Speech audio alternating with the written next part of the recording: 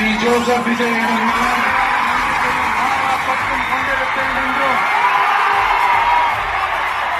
இந்திய நாட்டின் ஒப்பில்லாத முழு முதல் ஆட்சியையும் ஒருமையையும் நிலைநிறுத்துவேன் என்றும் தமிழ்நாட்டு அரசின் முதலமைச்சராக சான்றின்படியும் என் கடமைகளை நிறைவேற்றுவேன் என்றும் ஒப்பில்லாத அரசியல் அமைப்பிற்கும் சட்டத்திற்கும் இணங்க நிலைநிறுத்துவேன் அச்சமும் ஒருதலை சார்பும் இன்றி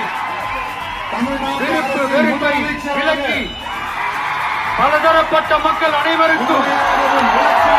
நேர்மையானதை செய்வேன் என்றும் ஆண்டவன் மீது ஆணையிட்டு அரசியல் அமைப்பிற்கும் சட்டத்திற்கும் இணங்க அச்சமும்